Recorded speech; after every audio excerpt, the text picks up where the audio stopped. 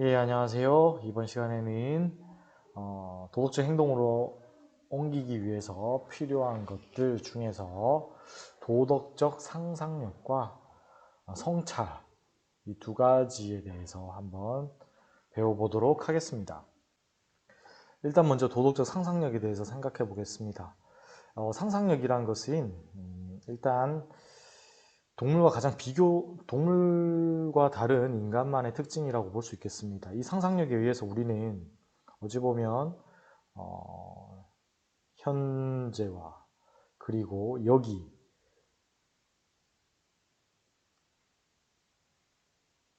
시공간을 넘어설 수 있게 됩니다. 이 상상력에 의해서 다르게 생각해 보면 나의 세계가 결정될 수도 있습니다. 내가 어떤 삶을 꿈꾸느냐에 따라서 이 상상력에 의해서 우리 삶의 크기는 그리고 우리 삶의 방향은 달라질 수 있습니다. 예를 들면 선생님의 이야기인데요. 선생님의 삶에 있어서는 어릴 때부터 이런 유학에 대한 생각들을 못했습니다. 나의 세계에 이것이 들어올 거라는 상상을 못했기 때문에 어떤 기회가 주어지더라도 이것을 해볼 시도조차도 안 해보았다는 거죠. 그렇죠? 그렇기 때문에 이 상상력에 따라서 우리 삶의 모습도 달라지고 세계, 나의 삶의 크기도 달라질 수가 있습니다. 마찬가지로 이 도덕적 상상력이란 것은 어떤 상황이 이게 도덕적으로 일단 문제가 되는지에 대해서 생각해 보는 것들, 그리고 도덕적 판단을 내리기 위해서 다른 사람의 입장을 헤아려 보는 것들, 나의 행동이 다른 사람에게 어떤 영향을 주게 될지 미리 생각하는 이런 능력을 도덕적, 특별히 여러 가지 상상력 중에서 도덕적 상상력이라고 합니다. 그러니까 이것이 도덕적인 문제인가? 내가 이렇게 행동했을 때 상대방은 어떨 것인가? 이 행동으로 인해서 어떤 결과를 가져올 것인가 생각해 보는 겁니다. 자, 예를 들어보면 이와 같이 제 사이버 공간에 어떤 친구 사진을 올린다고 생각해 봅시다.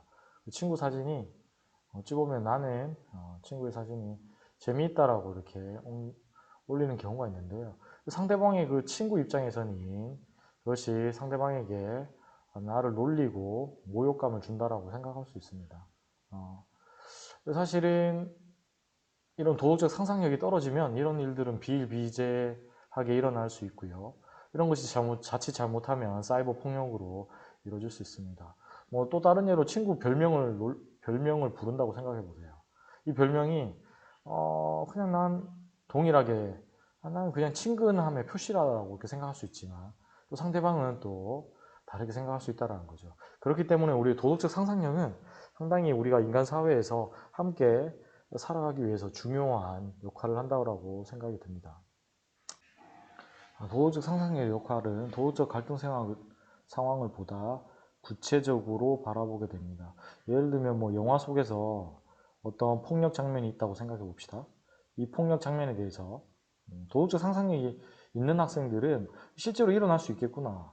정말 그 상황에 대해서 공감하고 저희를 나에게도 일어날 수 있겠다는 생각을 하지만 어떤 친구들은 그냥 폭력 장면을 보면서 그냥 그냥 즐겁게 그냥 보았다라고 이렇게 이야기하는 친구들이 있습니다. 이 도덕적 상상력을 가지고 있느냐 없느냐의 차이겠죠. 그렇죠? 다음으로는 도덕적 문제를 해결할 수 있는 다양한 방법을 제시하고 그리고 실제적으로 행동으로 이끌어낼 수가 있습니다. 도덕적 상상력이 없다면 실제로 이것이 도덕 문제인지 아닌지에 대해서도 고민하지 않게 되고요. 그리고 고민하지 않기 때문에 실제적으로 행동도 내가 어떤 행동을 해야 될지 별다른 고민 없이 자신의 기분, 감정에 따라서 옮길 수가 있다는 거죠. 이 도덕적 상상력은 우리의 도덕적 행동을 위해서 중요한 한 요소가 되겠습니다. 도덕적 상상력 요소에는 세 가지가 있는데요. 첫 번째는 민감성입니다. 주어진 상황을 도덕 문제로 민감하게 느끼고 반응하는가. 예를 들면 뭐 여러분들이 친구에 대해서 이렇게 뒤로 말하는 험담, 뒷담이라고 뭐 소위 말하는 험담을 할 때 같이 친구들과 얘기할 때 이 도덕적 상상력이 뛰어난 친구들은 사실은 마음에 약간 불편함을 느낍니다. 그렇지 않은 친구들은, 상상력이 떨어지는 친구들은 그냥 뭐, 이런 거 뭐 괜찮지 않나? 나 일상, 괜찮아. 라고 하는 친구들도 있는 거죠. 이 민감성의 차이가 있는 거죠. 두 번째는 공감 능력입니다. 이런 행동을 했을 때 상대방이 어떤 감정을 느끼는가에 대해서 이해하고 느끼는 거. 그죠? 다른 사람이 슬퍼할 때, 다른 사람이 기뻐할 때 함께 공감할 수 있느냐 없느냐가 대단히 중요한 요소가 되겠고요. 세 번째는요, 결과 예측 능력입니다.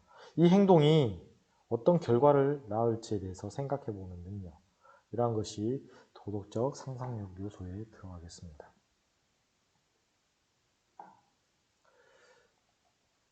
다음은요, 한번 구체적인 예를 들어서 한번 생각해 보도록 하겠습니다. 현민이의 고민인데요. 현민이는 오늘 놀이공원에, 여러분들이 좋아하는 놀이공원에 놀러 가는 날입니다. 그런데 그 가는 도중에 무거운 짐을 든 할머니가 길을 잃고 헤매고 있습니다. 길을 물었는데 현민이가 또 잘 알고 있는 곳이에요. 근데 도와드리면 좋은데 그러면 약속 시간이 늦을 것 같습니다. 친구들한테 연락을 할 방도도 없습니다. 왜냐하면 핸드폰도 가져오지 않았기 때문이죠. 자, 여러분이라면 어떻게 하겠습니까? 이 도덕적 상상력에 따라서 이게 사실 달라질 수 있거든요. 무거운 짐을 든 할머니가 길을 잃고 헤매는 것이 어떤 친구에게는 사실은 전혀 이것이 도덕 문제라고도 느끼지 않을 수도 있어요. 그 할머니의 그 어려움이 사실은 나랑 상관없다라고 얘기할 수도 있습니다. 그렇게 느끼는 친구들도 분명히 있을 거예요. 이러한 부분들이 사실은 이런 도덕적 상상력에 따라서 달라진다는 거죠. 여러분은 얼만큼 도덕적 상상력을 지니고 있는지 이 문제들, 과제들을 하면서 한번 생각해 보길 바랍니다. 도덕적 성찰의 준거에 대해서 한번 살펴보도록 하겠습니다. 준거, 아마 생소한 단어인데요. 여기에서 나왔습니다. 성찰의 근거와 기준, 준이죠. 이제 준거 거꾸로 되어 있는데요. 기준과 근거, 어떤 성찰의 기준이 올바르지 않으면 잘못된 판단과 행동으로 이어진다. 너무나 이렇게 당연한 이야기입니다. 내가 내 삶을 돌아보는 그 기준이 되는 것이 무엇인가에 따라서 우리 삶의 모습은 달라질 수밖에 없습니다. 내가 어떤 성품이 올바른 위인을 기준으로 삼는가요? 아니면 나는 어떤 극단적이지만 조폭의 삶, 뭐 놀고 먹으면서 이렇게 잘 살고 있는 것 같다. 조폭의 삶을 기준으로 삼느냐에 따라서 달라진다라는 거죠. 그렇죠? 이 기준은 상당히 중요합니다. 잘못된 줄자로 우리의 키를 잰다고 생각하면 우리의 그 키가 잘못 나오겠죠. 그렇죠? 마찬가지입니다. 성찰의 그 기준인 잘못 찾기 시작하면 우리의 삶은 내가 원하는 방향으로 갈 수가 없습니다.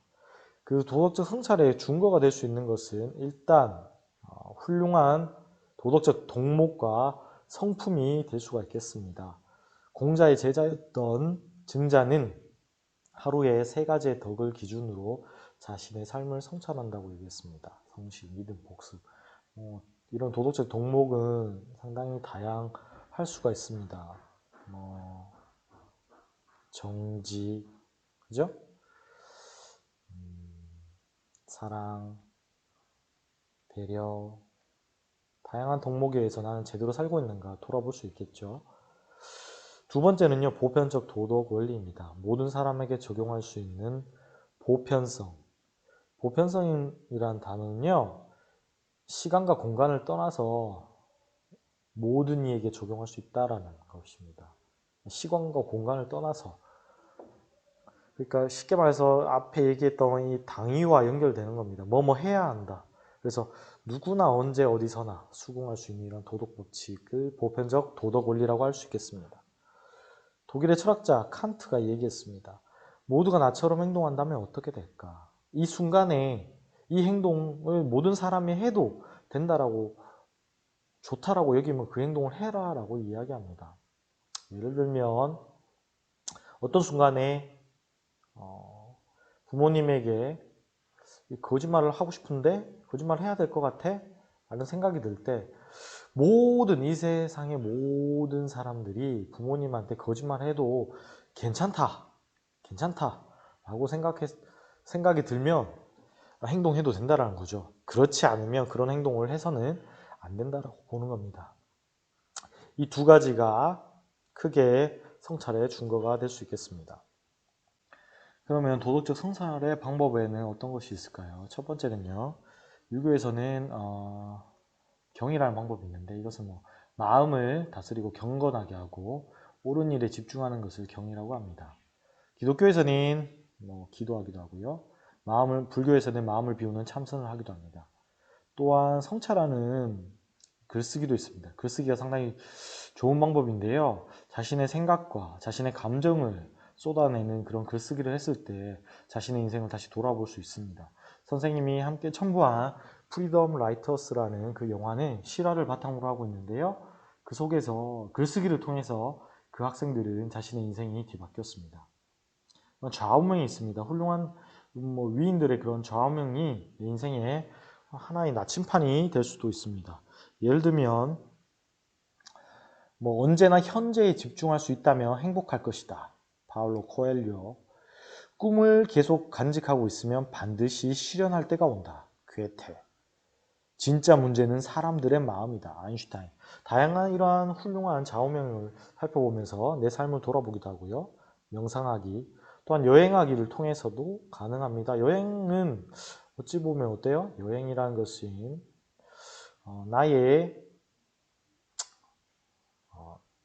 계속 있던 일상을 벗어나서 이 일상을 낯설게 볼 수 있는, 그죠? 낯설게 바라보기가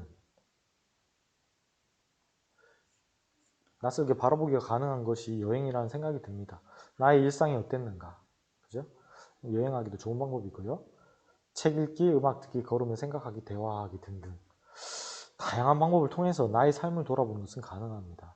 여러분들이 매일의 삶에 충실하되 그렇지만 내가 살아온 뒤에 그리고 내가 살아갈 앞날에 대해서도 여러분들이 늘 생각하면서 고민하면서 살았으면 좋겠습니다.